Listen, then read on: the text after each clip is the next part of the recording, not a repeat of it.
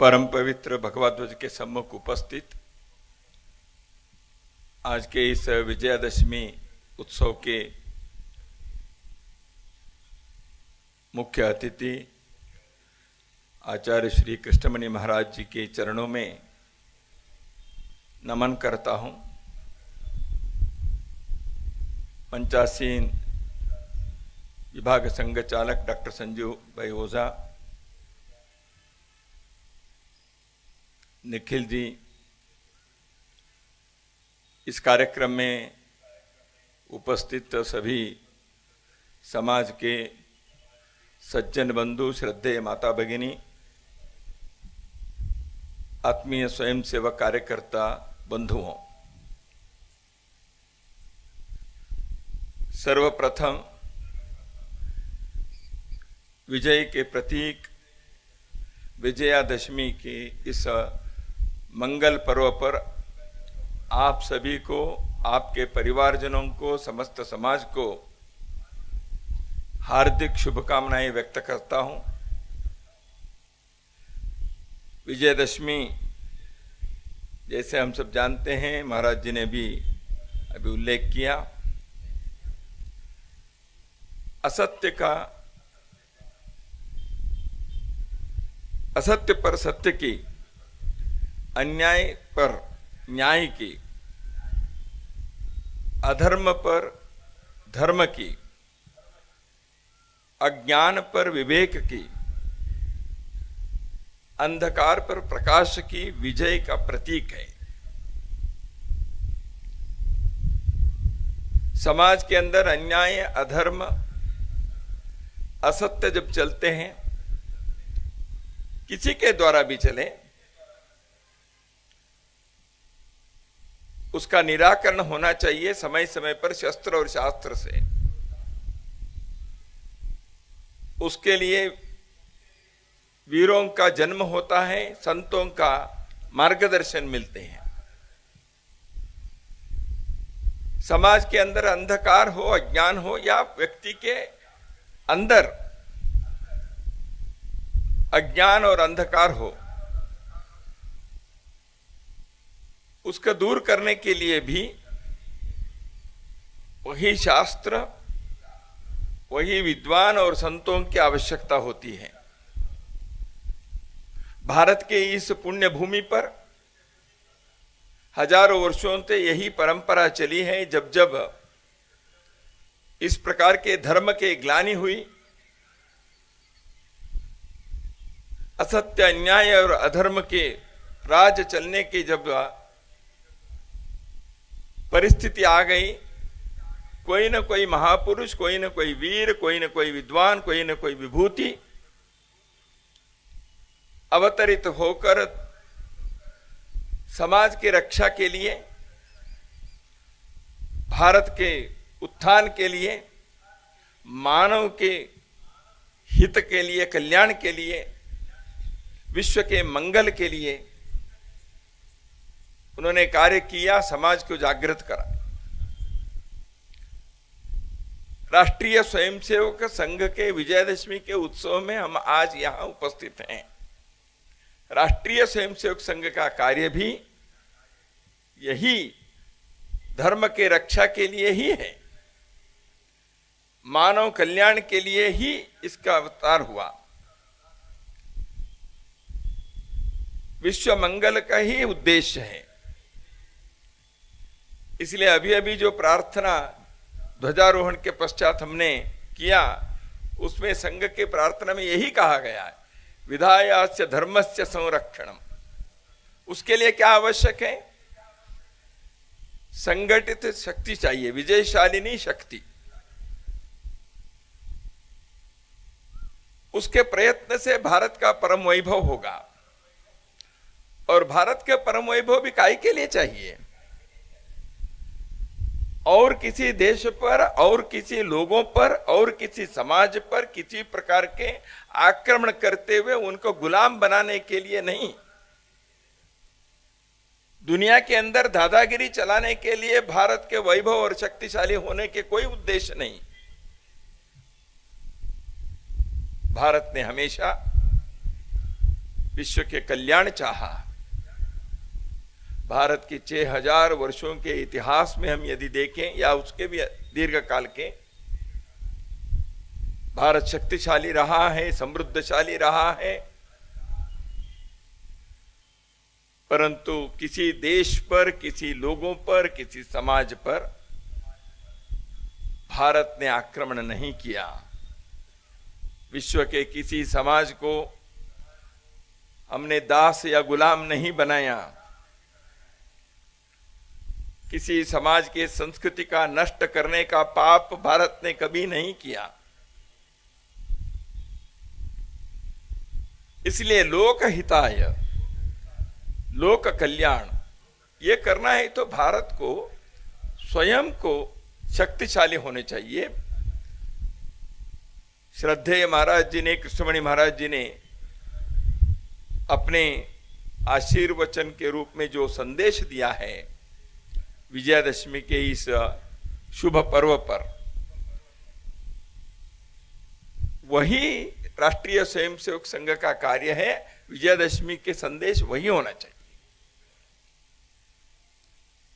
अपने समाज कुंभकर्ण न बने और हनुमान जी के जैसे अपने शक्ति को समझकर उस शक्ति का उपयोग मानव हित के लिए हो, ऐसे वो सन्नद्ध हो जाए। यही राष्ट्रीय स्वयंसेवक संघ की तपस्या और साधना रही है विगत 99 वर्षों से। आज संघ का कार्य शताब्दी वर्ष में पदार्पण कर रहा है। संघ के संस्थापक पूजनीय डॉक्टर केशवराव हेडगेवार जी ने नागपुर में जब यह कार्य प्रारंभ किया, उन्होंने यही कहा, मैं कोई नया कार्य प्रारंभ नहीं कर रहा हूं, जो इस देश के अंदर समय समय पर समाज के संगठन और धर्म की रक्षा के लिए मानव जाति के कल्याण को लक्ष्य बनाकर जो कार्य होता रहा है, उसी के आज की आवश्यकता के अनुरूप यह कार्य प्रारंभ हो रहा है। हमारे पूर्वजों ने जो कार्य किया है उससे प्रेरणा लेकर मानव जाति के मंगल के लिए भारत को उठना चाहिए। महर्षि अरबिंदो ने यही संदेश दिया था, भारत उठेगा, भारत उठेगा और किसी दूसरे देशों को कुचलने के लिए नहीं, भारत उठेगा विश्व के अंधकार को दूर करने के दीप स्तंभ बनने के लिए। भारत के जीवन व्रत यही है। तो इसलिए राष्ट्रीय स्वयंसेवक संघ का कार्य चल पड़ा है। संघ के कार्य प्रत्येक व्यक्ति के अंदर संस्कार, देशभक्ति के, सामाजिक संवेदना और सेवा के,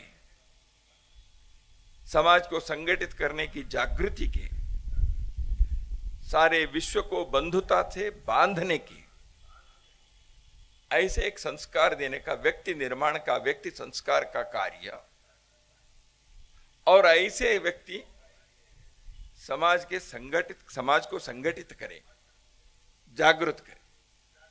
अपने भारत विविधतापूर्ण देश है, इतने प्रकार के पंथ, संप्रदाय, भाषा सब है, लेकिन हम सब एक हैं। कश्मीर से कन्याकुमारी तक, हिमालय से महासागर, हिंद महासागर तक, यह भारतवर्ष हमेशा एक राष्ट्र के रूप में विद्यमान रहा है। कई राजाओं ने यहां शासन किया होगा, परंतु यहां के प्रत्येक व्यक्ति को सारे समग्र भारत के चित्र ही उनके सामने रहा है। इसलिए यहां 12 ज्योतिर्लिंग की कल्पना हुई। भारत भूमि के विभिन्न स्थानों पर शक्तिपीठ हैं। भारत के चारों दिशा में 4 धाम हैं। भारत को जोड़ने का कार्य उत्तर से दक्षिण तक प्रभु श्री राम ने सरयू नदी के तट से रामेश्वर तक, श्रीलंका तक, भगवान कृष्ण ने पूर्व से पश्चिम तक, भगवान शिव ने सर्वत्र जागृत रहकर इस भारत को पुण्य भूमि, जागृत भूमि बनाए। यहां के प्रत्येक व्यक्ति भारत के साथ अपने को जोड़ता है। उसकी भाषा अलग हो सकती है, उनके पंथ संप्रदाय भिन्न भिन्न हो सकते हैं, परंतु सब भारत माता की जय बोलने वाले भारत मां की संतान हैं। हमारे सभी महापुरुषों ने, विभूतियों ने यही बात बताई। राष्ट्रीय स्वयंसेवक संघ इस राष्ट्र की एकात्मता के आधार पर भारत के इस समाज को, यहां के हिंदू समाज, इसको संगठित कर रहा है। पूज्य महाराज जी ने जैसे कहा, भारत में रहने वाले, भारत में जन्मे सभी लोग हिंदू ही है। यही राष्ट्रीय स्वयंसेवक संघ ने पिछले 100 वर्षों से उच्च कंठ से कहते आया है। यह परम सत्य है। देखिए, कोई जमीन को कब्जा कर लेता है युद्ध से, हम उस जमीन को वापस लेना चाहते हैं ना। जैसे जमीन को कोई कब्जा करते हैं, ऐसे लोगों को भी कब्जा कर सकते हैं। इसलिए किसी ने कब्जा कर लिया इसलिए वो जमीन अपना नहीं है, ऐसे नहीं होता। आक्रमण करके कर गया तो, ऐसे ही जनों को भी किसी ने कब्जा कर लिया, आक्रमण कर लिया तो वो हमारे नहीं, ऐसे नहीं होते। इतना ही है, उनको मुख्य धारा में रहने के लिए आवश्यक स्मृति, जागृति करना पड़ेगा। वह कार्य जागृत हिंदू समाज कर सकता है, संगठित हिंदू समाज कर सकता है। समाज के अंदर होने वाले किसी भी प्रकार की समस्या या समाज के ऊपर होने वाले आक्रमण, इन सब के लिए समर्थ उत्तर देकर समस्या का निराकरण करते हुए राष्ट्र के वैभव के लिए कार्य करना एक समाज के कर्तव्य है। वह समाज यदि जागृत है, संगठित है, वो कर सकता है। तो इसलिए राष्ट्रीय स्वयंसेवक संघ का कार्य है, दिनम प्रति शाखा के द्वारा हिंदुस्तान भर में, भारतवर्ष भर में हजारों लाखों स्वयंसेवकों को यही लक्ष्य लेकर कार्य करने के लिए, उनके जीवन के पथ पर चलने के लिए राष्ट्रीय स्वयंसेवक संघ ने प्रेरणा दी। संघ का कार्य एक संस्था के नहीं है, केवल एक संगठन जैसे कार्य नहीं है। संघ एक राष्ट्रीय अभियान है। संघ के कार्य को व्याख्या करना थोड़ा कठिन ही है। कहते हैं राम रावण युद्ध के बारे में, वो कैसे था? गगनम गगनाकारम सागरम सागरोपमम। गगन जो है, आकाश है, आसमान है, वो कैसे है? आसमान आसमान जैसे है, उसकी तुलना और किसी से कर नहीं सकते। सागरम सागरोपमम, समुद्र जो है, समंदर, वो समुद्र समुद्र जैसे ही है। ऐसे राम रावण के युद्ध थे, ऐसे कहते हैं कवि। संघ का भी वैसे है, संघ जैसे है, संघ संघ जैसे है। क्योंकि संघ कोई पंथ नहीं, संप्रदाय नहीं। हिंदुस्तान के सब प्रकार के पंथ संप्रदाय के, मजहब के लोग राष्ट्रीय स्वयंसेवक संघ में कार्य करते हैं। अपने पंथ संप्रदाय के प्रति श्रद्धा रखते हुए, दूसरों के प्रति भी सम्मान रखते हुए, आदर रखते हुए, हम सब हिंदू राष्ट्र के नागरिक इस प्रकार से सोचकर अपने व्यवहार करते हैं। संघ में आने से नया पंथ नहीं होता, अपने पंथ संप्रदाय को छोड़ना नहीं पड़ता। इतना ही है, सभी पंथ संप्रदाय को सम्मान, आदर, श्रद्धा से देखना पड़ता है। यही राष्ट्र के इस भूमि के विचार है। यहां शैव हो सकते हैं, वैष्णव हो सकते हैं, जैन हो सकते हैं, बौद्ध हो सकते हैं, सिख हो सकते हैं, गणपत्य हो सकते हैं, शाक्तेय हो सकते हैं। वो स्वाध्याय परिवारी हो सकते हैं, प्रणामी पंथ के हो सकते हैं, भिन्न भिन्न संप्रदाय के हो सकते हैं, लेकिन वो सब हिंदू है। इसलिए सारे संप्रदायों के जो अस्तित्व है, उसके महत्व है, वो है। क्योंकि इस मिट्टी के, संस्कृति के सुगंध से, नागरिकता के, यहाँ के सभ्यता के अनुभव से ये सारे पंथ संप्रदाय उभरे हैं। इसलिए प्रत्येक महापुरुष, प्रत्येक पंथ संप्रदाय के संस्थापक, प्रत्येक संत संप्रदाय के अनुयायी, वो सब आदर श्रद्धा के पात्र हैं।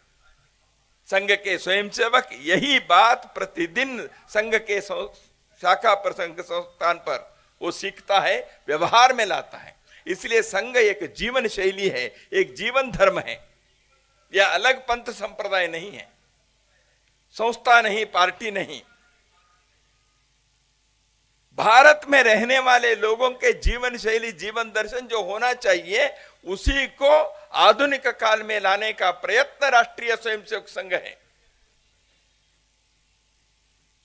संघ यानी राष्ट्रीय स्वयंसेवक संघ। कुछ समय पहले एक पूज्य संत ने संघ के कार्यक्रम में, जैसे आज महाराज जी आए हैं ऐसे वो भी आए थे, उन्होंने कहा जैसे गीता कहने पर भगवत गीता है भारत में, दुनिया में, गीता जी कहने पर वो भगवत गीता ही है, ऐसे संघ कहने पर राष्ट्रीय स्वयंसेवक संघ, ऐसे उन्होंने मार्गदर्शन दिया था।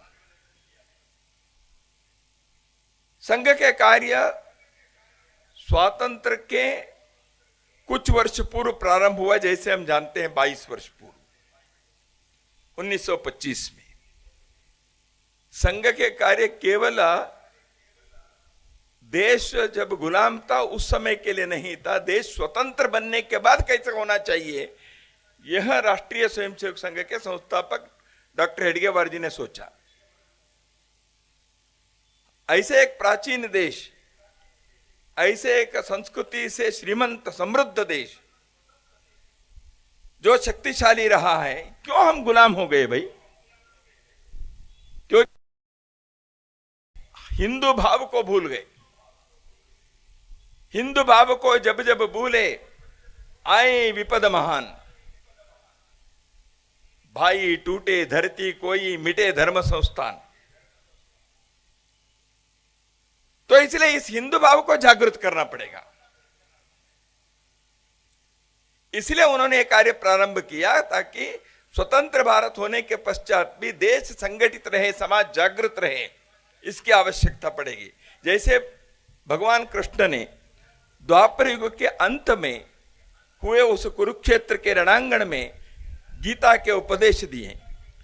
भगवान कृष्ण ने जो गीता के उपदेश दिया वो केवल द्वापर युग के लिए नहीं था, वो आने वाले कलयुग के लिए था।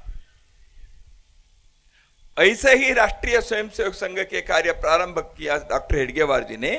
वो केवल गुलाम भारत के उस संदर्भ के लिए नहीं था, जो भारत स्वतंत्र होगा आज नहीं तो कल, तब भारत के लोग कैसे होना चाहिए, भारत के समाज कैसे होना चाहिए, इस दृष्टि को ध्यान में रखकर यह कार्य प्रारंभ हुआ।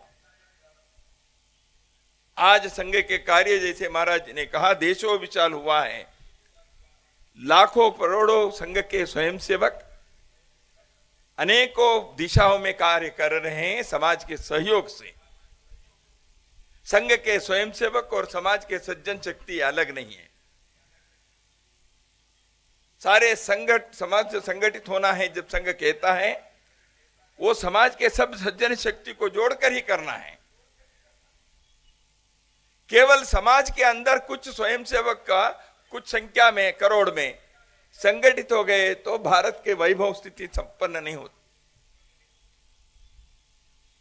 लेकिन समाज को जागृत करने के लिए जैसे जाम्बवंत चाहिए, ऐसे आपने संदेश दिया, वो करना चाहिए। सारे समाज की उन्नति होनी चाहिए, समाज जागृत होना चाहिए। आज भारत करवट ले रहा है। भारत के हर क्षेत्र में एक पुनर्निर्माण के, पुनरोदय के एक बहुत बड़ा अभियान चल पड़ा है। विश्व में भारत के साख बढ़ रहे हैं। भारत के हर युवक सोचते हैं देश को हर क्षेत्र में हम क्रमांक 1 पर लाएं, दुनिया के सिरमौर भारत बने, विश्व गुरु भारत बने, यह सपना आज के नई पीढ़ी में भी है। परंतु यह ऐसे ना बने, भारत संगठित ना हो, भारत खड़े ना हो, समाज संगठित ना हो, जागरूक ना हो, ऐसे सोचने वाले शक्तियां भी जैसे आपने बताया वो देश के अंदर और देश के बाहर काम कर रही हैं। उन शक्तियों के इस मंशा को परास्त करने का एक बड़ा प्रश्न है, एक बड़ी चुनौती है। तो इसलिए समाज को जागरूक रहना यह भी आवश्यक है। आज युवकों के जीवन शैली को किसी न किसी प्रकार से अनैतिकता के रास्ते पर ले जाने के सब प्रकार के प्रयत्न होते हैं, उसके शिकार नौजवान बनते हैं। तो इसलिए अपने को सोचना पड़ेगा, अगली पीढ़ी को, नई पीढ़ी को, युवाओं को व्यक्ति जीवन के संस्कार और सामाजिक जीवन के प्रबोधन और राष्ट्र के प्रति भक्ति, उनके कर्तव्य को जागरूक करने का निरंतर सतत कार्य करना चाहिए। संघ ने इस उद्देश्य को अपने हाथ में लेकर कार्य कर रहा है। देश के अंदर के विविधता को आपस में लड़ाई करने के लिए दुरुपयोग करने की शक्तियां भी काम करती हैं। भाषा के नाम पर, पंथ संप्रदाय के नाम पर, उत्तर दक्षिण पूर्व पश्चिम भारत ऐसे कहकर भिन्न भिन्न प्रकार से अपने देश के विविधता को आपस में संघर्ष करने के लिए उपयोग करने वाले यह प्रयत्न चलते हैं। इस कुचक्र को, कुप्रयास को किसी न किसी प्रकार से हमें परास्त करना पड़ेगा। वह संगठित जागृत समाज से ही संभव है। राष्ट्रीय स्वयंसेवक संघ के कार्यकर्ता विभिन्न क्षेत्रों में कार्य करने वाले इसी कार्य को लिया है, समाज की एकात्मता बनाए रहे, समाज के अंदर किसी प्रकार के ऐसे आपस में वैर वैमनस्य ना बने। तो समाज के परिवर्तन के एक बहुत बड़ा अभियान को संघ ने इस शताब्दी वर्ष के उपलक्ष्य में विचार करके समाज के सम्मुख प्रस्तुत किया है। इसलिए संघ के स्वयंसेवकों ने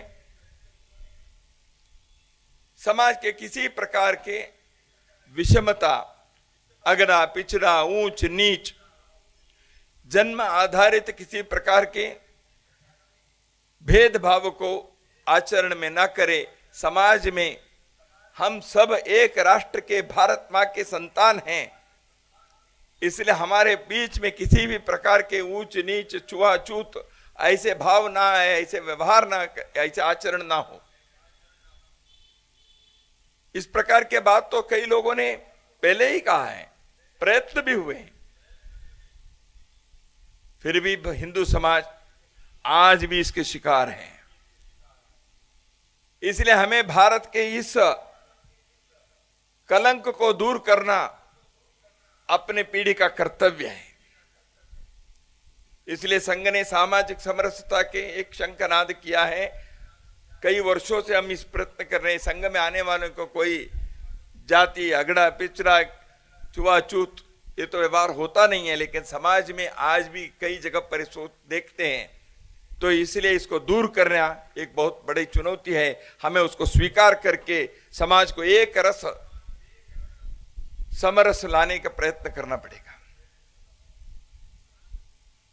पर्यावरण के जो चुनौती है उस दृष्टि से भी समाज में जागृति हो रही है। हम अपने घर में, अपने विद्यालय में, अपने व्यापार क्षेत्र में, अपने व्यवसायिक क्षेत्र में, हमारे मोहल्ले में, अपने गांव में पेड़ लगाने के, जल के रक्षा के, प्रदूषण से दूर करने के, पॉलीथीन से मुक्त होने के, कई प्रकार के ऐसे अपने को प्रयत्न करना पड़ेगा। बड़े बड़े मंचों पर पर्यावरण के रक्षा के प्रस्ताव पारित होने से, बड़े बड़े सिंपोजियम, सेमिनार करने से काम पूरा नहीं होता। सरकार को नीतियों से निश्चित रूप से कुछ बल मिलता है, परंतु जब तक व्यक्ति के जीवन में आचरण में नहीं आता, पर्यावरण की सुरक्षा की कोई गारंटी नहीं होती। इसलिए उसके लिए संघ के स्वयंसेवक समाज में पर्यावरण के बारे में बहुत सारे संस्थाएं, बहुत सारे लोग इसमें काम कर रहे हैं। उनके साथ जोड़कर इसको और बल प्रदान करने का और उसमें आचरण में लाने का प्रयत्न करेंगे। ऐसे ही अपने देश के स्व को, हमारे आत्मनिर्भरता को, हमारे अपनत्व को जागृत करना पड़ेगा। वह भाषा के विषय में हो, आर्थिक विषय में हो, उद्योग के विषय में हो। भारत अपने पैरों पर खड़े रहे, हम अपने स्व के बारे में स्वाभिमानी रहें, हम अपने आर्थिकता को भारत के हित में उन्नत करें। इसलिए एक स्वदेशी जीवन शैली को अपनानी चाहिए। भारत के चंद्रमा पर गए, यहां के वैज्ञानिकों ने प्रयत्न किया, अपने स्वदेशी तंत्रज्ञान पर किए। हमारे लोगों ने दुनिया को वैक्सीन दिया। हम आत्मनिर्भर होते जा रहे हैं, लेकिन जीवन के हर आयाम में अपने को स्व के आधार पर, भारत के आत्मा के आधार पर हमारे राष्ट्र जीवन को सुदृढ़ करना पड़ेगा। उसी प्रकार अपने कुटुंब व्यवस्था है जो विश्व में एक श्रेष्ठ जीवन व्यवस्था है। विश्व के कई लोगों ने भारत के परिवार व्यवस्था के बारे में प्रशंसा की है समय समय पर। क्या हमारे परिवार व्यवस्था आज भी उसी प्रकार है? आज के संदर्भ में संयुक्त परिवार के वो जो प्राचीन पद्धति है वो व्यावहारिक रूप में कठिन हो सकता है, लेकिन घर के लोग एक परिवार के नाते व्यवहार करें, पड़ोसी धर्म को निभाएं, परिवार के नई पीढ़ी को संस्कार दें, एक परिवार और 5-10 परिवार से आत्मीयता से मिलने के जुलने के काम निरंतर रखें। बहुत अच्छी बात है। यहाँ गुजरात और सौराष्ट्र में हम देखते हैं नवरात्रि के इसमें गरबा के कारण जिस प्रकार मोहल्ले मोहल्ले के गांव गांव के लोग इकट्ठे आते हैं, सब प्रकार के भेदभाव को भूल कर हम एक परिवार जैसे रहते हैं। ये सब हमारे पूर्वजों ने इसलिए किया। साल भर में इस प्रकार के भावना से हमें हर प्रकार के कार्य करना चाहिए। वो नवरात्रि एक प्रेरणा देती है। इसी प्रकार समाज के अंदर एक नागरिक के नाते नागरिक कर्तव्य को निभाने के काम है। हम एक नागरिक समाज के सदस्य हैं। हम लोकतंत्र के व्यवस्था में हैं। एक सभ्य समाज के कुछ आवश्यकता होती है, कुछ तकाजा होती है। तो इसलिए नागरिक को अपने देश के धरोहर के बारे में, यहाँ के राष्ट्र के मान बिंदुओं के बारे में आदर होना चाहिए। हमें नियमों का पालन करना पड़ेगा। जो सर्व के लिए नियम है उसी को धर्म कहते हैं। समष्टि हित के लिए जो नियम होता है वो धर्म है। इसलिए आज के जो राष्ट्र धर्म है, आज के जो लोक धर्म है, उसका भी पालन करना नागरिक का कर्तव्य है। एक शाश्वत धर्म है, कुछ युग धर्म है, उसको भी हमें पालन करना पड़ेगा। इसलिए आज के राष्ट्र धर्म, शाश्वत धर्म और युग धर्म दोनों के सम्मिलित रूप है। राष्ट्रीय स्वयंसेवक संघ इस राष्ट्र धर्म के पालन के लिए समाज के लोगों के पास अनुरोध कर रहा है। उनके जागरूक करते हुए, उनको संगठित करते हुए आगे बढ़ने का प्रयत्न किया है। इसलिए भारत के परम वैभव के एक बहुत बड़ा अभियान भारत के समाज को करना है। यहाँ के लोग जो हजारों वर्षों के जो हिंदू परंपरा से, संस्कृति से, सभ्यता से इस राष्ट्र को राष्ट्र बनाकर रखा है, इस भारत को एक आध्यात्मिक और भौतिक दृष्टि से संपन्न देश बनाया है। यहाँ के जैसे अभी महाराज जी ने एतद् देश प्रसूत बताया, विश्व के हर देश जबकि दिग्भ्रमित हो लड़खड़ा था, सत्य को पहचानने इस धरती के पास आया था। भारत में हजारों वर्षों से अपने अपने देश में जब समस्या हुई, संकट हुए, यहूदी आए, पारसी आए, तिब्बती आए, ईरान के लोग आए।